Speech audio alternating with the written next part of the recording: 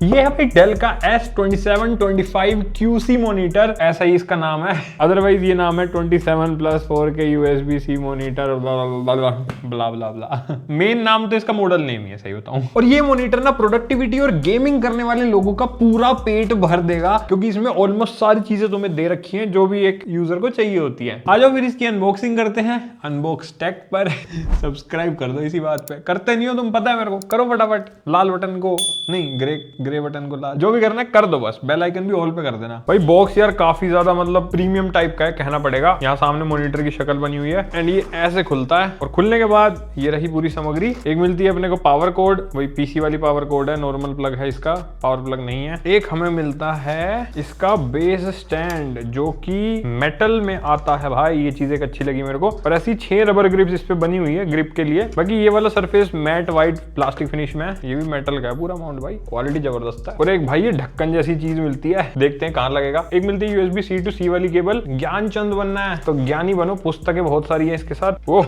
एक हमें ये माउंट भी मिलता है, सेटअप करेंगे, दिखाएंगे तुम्हें कहां लगेगा ये। एंड फाइनली पीछे का स्टैंड भाई साहब, जो हमारे बेस स्टैंड पे लगेगा। क्या बोलते हैं इसको, पाइवोट स्टैंड बोलते हैं शायद, समझ गए ना तुम। इससे ये तो समझ आ गया होगा कि व्हाइट कलर का मॉनिटर है ये। अब निकालते हैं भाई ट्रे को, और ये रहा फाइनल मॉनिटर। आजा मेरे भाई, बाहर आजा। ओ भाई है यार, मैं सोचा हल्का होगा, पर इसमें तो अच्छा खासा वजन है। ये रहा फाइनल मॉनिटर बाहर। तो ये है भाई पूरी सामग्री, स्क्रीनशॉट ले लो, काम आएगा अगर खरीदना चाहते हो तो। ये जाएगा भाई अपना इसके अंदर, पीछे एक स्क्रू दिया हुआ है, इसको टाइट कर लेना स्टेबल। देन ये जो पार्ट बाहर आ रखा है ना, ये नीचे वाली जगह पे एडजस्ट होगा कुछ इस तरीके से।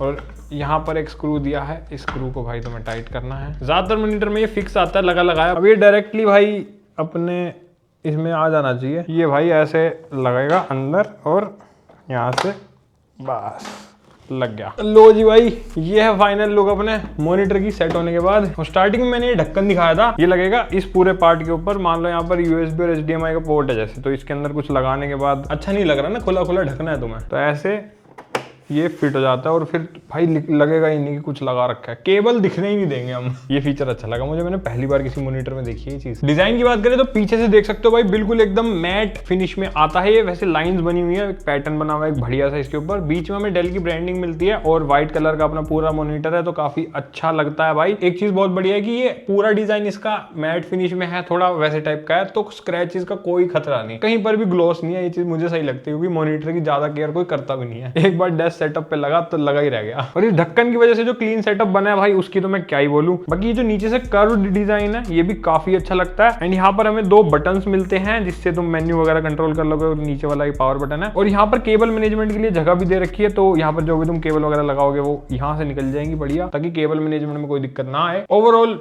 बिग थम्स अप डिजाइन के हिसाब से, अगर तुम्हें मिनिमलिस्टिक डिजाइन वाले मॉनिटर्स पसंद है तो। A few moments later. Finally monitor को चालू कर दिया है, और ये बहुत ही ज्यादा इजी प्रोसेस है, क्योंकि सिर्फ एक टाइप सी केबल लगानी है भाई तुम्हें अपने लैपटॉप या पीसी के अंदर। बस हाँ, उस टाइप सी में डिस्प्ले आउटपुट का सपोर्ट होना चाहिए, जैसे कि अभी मैंने अपने मैकबुक से कनेक्ट कर रखी है, और सीमलेस बढ़िया, कोई दिक्कत ही नहीं है। बाकी फ्रंट का डिजाइन देख सकते हो, काफी अच्छा है, बिल्कुल एकदम फ्रेमलेस फीलिंग देगा तुम्हें, क्योंकि बेजल्स बहुत ही ज्यादा कम है। इवन ये नीचे वाली बेजल भी इन्होंने बहुत मतलब पतली सी दे रखी है, जनरली मॉनिटर में थोड़ी मोटी होती है ये, विच इज नाइस थिंग। और सेंटर में हमें एक डेल की ब्रांडिंग मिलती है, मिनिमल सी, काफी ज्यादा प्रोफेशनल लुक ये देता है। और हाँ, इसके अंदर वीजा माउंट का सपोर्ट है, 100 mm by 100 mm का वीजा माउंट लगा सकते हो। तो इनकेस अगर तुम्हें कोई स्टैंड वैंड लगाना है, अलग सा सेटअप बनाना है अदर देन दिस वन, तो कर सकते हो। बाकी पोर्ट्स की बात करें तो हमें पीछे की तरफ एक पावर इनपुट का पोर्ट मिलता है, एक USB टाइप सी पोर्ट मिलता है 5 Gbps की ट्रांसफर स्पीड के साथ, और ये अपस्ट्रीम वाला पोर्ट है, अपस्ट्रीम यानी कि जिससे इनपुट लेगा अपना मॉनिटर। और इस वाले टाइप सी पोर्ट में DP 1.4 का सपोर्ट है, और पावर डिलीवरी 65 वोल्ट्स तक ये देता है। जैसे कि अगर तुम इससे अपना लैपटॉप कनेक्ट करो तो 65 वोल्ट से तुम्हारे लैपटॉप को ये चार्ज करेगा। और अगर HDMI से कनेक्ट करते हो तो फिर तुम इस वाले पोर्ट को as a type C port use कर सकते हो, मतलब लैपटॉप से डायरेक्टली कनेक्ट करवा देगा, ये चीज अच्छी है। और हमें इसके अंदर 2 HDMI पोर्ट मिलते हैं, एक हमें नीचे की तरफ और एक इस साइड पे मिलता है। दोनों ही HDMI 2.1 वाले पोर्ट्स हैं, और बड़े ही आराम से तुम 4K 120 तक डिस्प्ले आउटपुट उनके थ्रू ले सकते हो, टाइप सी से भी ले सकते हो वैसे। और HDR VRR वगैरह सब चीजें सपोर्टेड है। और ये ना 2 अलग अलग जगह पोर्ट्स देने का एक फायदा मुझे लगा कि जब तुम इसे ओरिएंटेशन लोकेशन चेंज करके वर्टिकल पोजीशन पे रखोगे तो वो वाले पोर्ट्स नीचे की तरफ आ जाएंगे, देन कनेक्शन बनाने में आसानी हो जाएगी, वरना फिर वो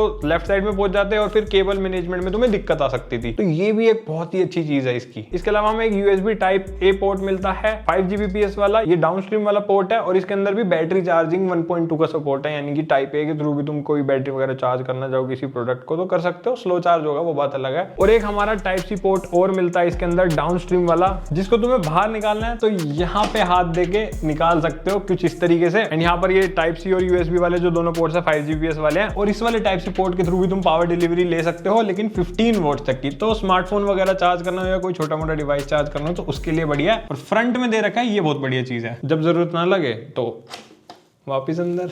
और एक और अपना USB टाइप A पोर्ट मिलता है 5 Gbps वाला, वो लेफ्ट साइड में HDMI पोर्ट के बगल में है। तो 2 पोर्ट यहाँ है, 2 यहाँ है और 2 मैंने यहाँ दिखा दिए और पावर इनपुट का तो है ही। बस इसके अंदर ना एक ड्रॉबैक लगा मुझे, हेडफोन जैक इन्होंने नहीं दिया, तो इनके अगर तुम कोई डेस्कटॉप स्पीकर्स वगैरह कनेक्ट करना चाहते हो तो वो इसमें नहीं कर पाओगे, which is I think they देना चाहिए था यार, इतना कुछ दे रहे थे तो मैं तो कहता हूँ सामने ही दे देना था, ताकि कोई हेडफोन वगैरह भी लगाना चाहे बंदा तो भाई सामने ही लगा देता। तो बेसिकली इसके अंदर एक USB हब तुम्हें मिलता है भाई इनबिल्ट एकदम, है ना, क्योंकि इन पोर्ट्स के थ्रू तुम कोई SSD, पेन ड्राइव या कोई भी डिवाइस कनेक्ट करना चाहो तो कर सकते हो, वो डायरेक्टली तुम्हारे सिस्टम से कनेक्ट हो जाएगा, चाहे तुम PC के साथ कनेक्ट करो या लैपटॉप के साथ कनेक्ट करो। खासकर मैकबुक वाले लोगों को ये काफी ज्यादा फायदेमंद वाली फीचर लगेंगे, क्योंकि उन्हें एक अलग से USB हब खरीदने का खर्चा बचेगा। और ये तो डायरेक्टली टाइप C से कनेक्ट हो ही जाता है, प्लस ये तुम्हारे लैपटॉप को चार्ज भी करता है डिस्प्ले के साथ साथ। क्या चाहिए और। बाकी बिल्ड क्वालिटी की बात करें तो देखो स्टैंड काफी अच्छी बिल्ड क्वालिटी का है, क्योंकि मेटल बिल्ड में आता है ये, तो ऐसा कोई दिक्कत नहीं है, ग्रिप भी अच्छी है, ज्यादा हिलता भी नहीं है। और पीछे वाली आर्म भी मुझे अच्छी बिल्ड क्वालिटी की लगी, लेकिन पता नहीं क्यों ये थोड़ा वोबलिंग करता है। देखो हल्का सा मैं हिलाऊंगा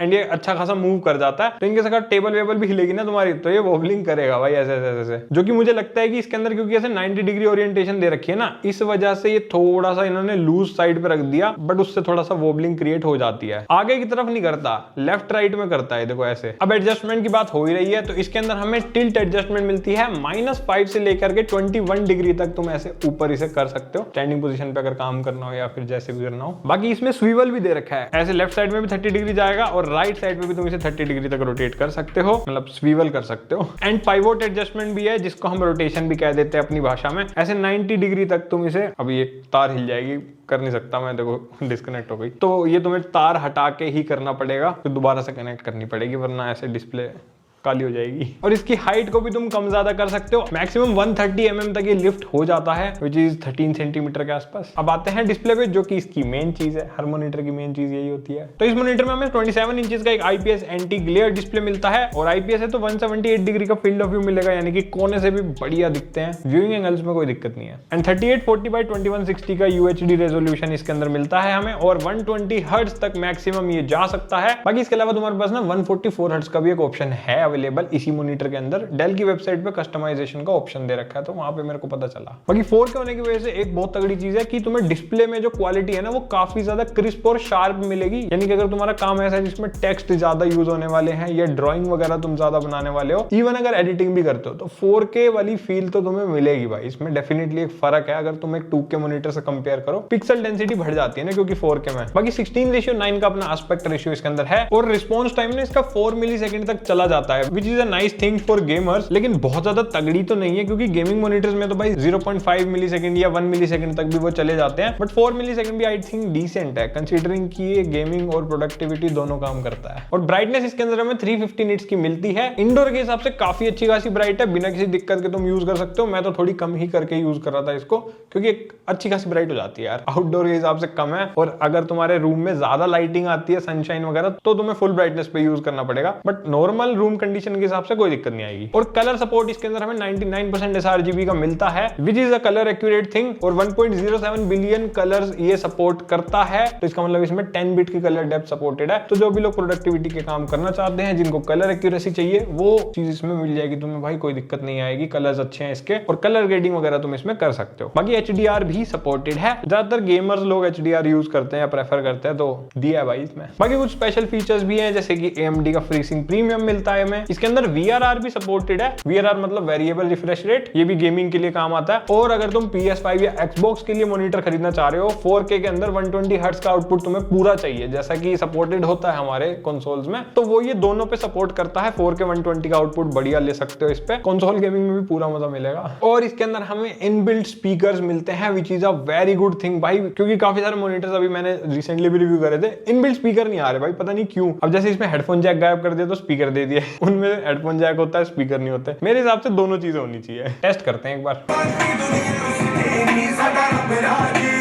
क्या क्रेजी स्पीकर्स दिए हैं भाई इसमें, मतलब क्या ही बताऊं। मुझे लग रहा था हेडफोन जैक देना चाहिए डेस्कटॉप स्पीकर के लिए, लेकिन भाई नीड लग नहीं रही है। जिस टाइप के स्पीकर है, बहुत ही तगड़ी बेस और लाउड भी अच्छे खासे हैं भाई, मजा दे देगा तुम्हें। मतलब काफी अच्छे स्पीकर्स दिए हैं भाई, मानना पड़ेगा। मॉनिटर में इससे ज्यादा क्या ही एक्सपेक्ट करो, इससे बढ़िया स्पीकर मुझे नहीं लगता मिलेंगे। नेक्स्ट लेवल भाई, मजा आ गया। स्पीकर्स में 10 on 10 है भाई ये। तो बटन प्रेस करते ही तुम्हें ये वाला मेन्यू अपीयर होगा। यहाँ पर volume, audio profiles, input source, preset mode, brightness, contrast और ये सब चीजें एडजस्ट कर सकते हो। एंड क्लिक करने के बाद वॉल्यूम देखो कुछ ऐसे इंक्रीज वगैरह कर सकते हो। देन उसी बटन से ऊपर की साइड क्लिक करोगे तो पूरा बड़ा सा मेन्यू अपीयर हो जाएगा। देन सबसे टॉप पे ब्राइटनेस, कॉन्ट्रास्ट है, देन इनपुट सोर्स है, और इनपुट सोर्स के अंदर ये सारे तुम्हें मिल जाएंगे इनपुट जो अलग अलग हमारे यूज होते हैं। देन कलर के अंदर आके प्रोफाइल्स और फॉर्मेट वगैरह सिलेक्ट कर सकते हो, और यहाँ पर अलग अलग प्रीसेट मोड्स है, जिसे भी एडजस्ट करना चाहो तुम कर सकते हो। प्रोफाइल्स चेंज होती रहती है। देन डिस्प्ले के अंदर ये सारी सेटिंग्स है हमारे पास जो हम चेंज कर सकते हैं अपने हिसाब से। देन ऑडियो की सेटिंग्स भी देख सकते हो, मेन्यू की सेटिंग्स भी देख लो, ये सारी चीजें मिलती है हमें। और पर्सनलाइज के अंदर भाई सारी शॉर्टकट कीज वगैरह तुम एडजस्ट कर सकते हो अपने हिसाब से। और अदर्स के अंदर ये सारी चीजें मिलती है हमें। बाकी मोर इन्फॉर्मेशन में तो ये मॉनिटर की इन्फॉर्मेशन वगैरह दिखा देगा। This is all about it. काफी सही लगा मुझे इसका मेन्यू। बहुत हो गई इसकी बातें, अब बात करते हैं अपने एक्सपीरियंस की, कि मैंने इसको जितना भी अभी तक यूज करा है, मेरा कैसा एक्सपीरियंस रहा। सबसे पहले गेमिंग की बात करते हैं। तो मैंने इस पे जितने भी गेम्स वगैरह खेल के देखे भाई, काफी ज्यादा अच्छा मजा दे रहा था ये। 4K क्वालिटी डेफिनेटली भाई फील तो होती है। वो पता लगे कि तुम्हारे पास 4K गेमिंग कराने के लिए हार्डवेयर भी उतना तगड़ा चाहिए, क्योंकि काफी महंगे आते हैं भाई पीसी जो 4K गेमिंग कराते हैं। इसके अलावा अगर तुम PS5 या Xbox पे भी गेमिंग करते हो ना 4K के अंदर, तो भाई तुम्हें बढ़िया मजा देगा। एंड 120 हर्ट्ज वगैरह का आउटपुट तुम्हें पूरा सपोर्टेड मिलेगा, तो ओवरऑल गेम खेलने में मजा आता है। और 27 इंचेस एक अच्छा साइज होता है किसी भी मॉनिटर के लिए, तो मेरे हिसाब से ना इस बजट में तुम्हें मोर देन सफिशिएंट चीजें मिल जाती हैं। हालांकि रिस्पॉन्स टाइम वगैरह तुम्हें प्रॉपर तगड़ा ई स्पोर्ट्स लेवल का तो नहीं मिलेगा, बट अगर नॉर्मल स्टोरी गेम्स तुम्हें खेलने हैं, जैसे कि GTA 5, God of War, Forza Horizon जैसे गेम्स, वो बढ़िया चलते हैं और उनमें खेलने में मजा भी आता है। एंड मल्टीटास्किंग की बात करें तो 27 इंचेस जो एक डिस्प्ले साइज है इसका, ये तुम्हें इतना स्पेस प्रोवाइड कर देगा कि तुम मल्टी विंडो सेटअप बना सकते हो। मतलब मैंने 3 विंडोज तक ट्राई किया, बट 2 विंडोज तक भी अगर तुम यूज करो तो एक डिसेंट अमाउंट का स्पेस मिल जाता है वर्क फ्लो के लिए। और स्पेशली प्रोग्रामिंग वाले लोगों को मैं कहना चाहूंगा कि तुम्हें इसके अंदर जो छोटे छोटे टेक्स्ट तुम्हारे होते हैं, कोड्स वगैरह जो तुम लिखते हो, वो 4K के अंदर ना तुम्हें बहुत ही अच्छे,